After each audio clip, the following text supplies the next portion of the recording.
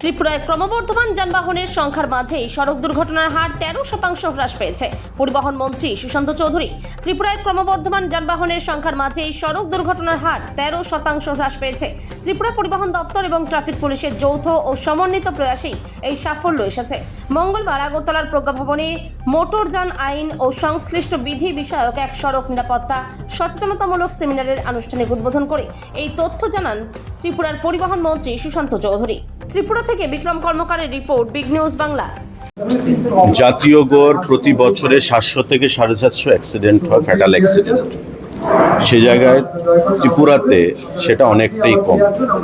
এবং আপনারা জানবেন, ডেটা বলছে, এখানে আইজিপি ল অ্যান্ড অর্ডারও আছেন, ডেটা বলছে যে আমাদের গত বছর যে ত্রিপুরা রাজ্যে অ্যাক্সিডেন্টের সংখ্যা বা পরিমাণ 13% রিডিউস হয়েছে।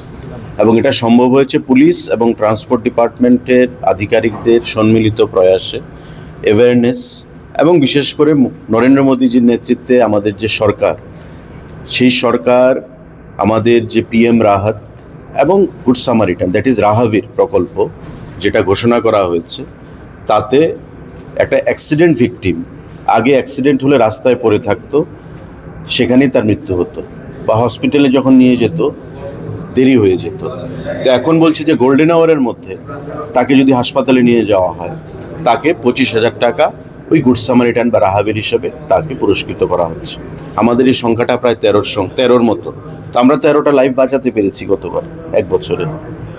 এমন ক্যাশলেস ট্রিটমেন্ট 1.5 লক্ষ টাকা, যেটা নতুন পিএম রাহাত, এই ক্যাশলেস ট্রিটমেন্ট দিয়ে বিভিন্ন হাসপাতালে মানুষ যারা এক্সপেন্সিভ ট্রিটমেন্ট করতে পারতো না, কিন্তু এই 1.5 লক্ষ টাকা দিয়ে এই ক্যাশলেস ট্রিটমেন্টের মাধ্যমে মানুষের জীবন বাঁচাতে সক্ষম হচ্ছে। এবং আয়ুষ্মান ভারত আন্ডারে যে হাসপাতালগুলো এমপ্যানেল, প্রত্যেকটা হাসপাতাল ওই ক্যাশলেস ট্রিটমেন্টের জন্য এমপ্যানেল। তো আপনারা বুঝতেই পাচ্ছেন যে একটা প্রোয়েক্টিভ ভূমিকা কেন্দ্রীয় সরকার এবং রাজ্য সরকার নিয়েছে, ট্রান্সপোর্ট দপ্তর, পুলিশ যৌথভাবে আমরা সেটা করছি।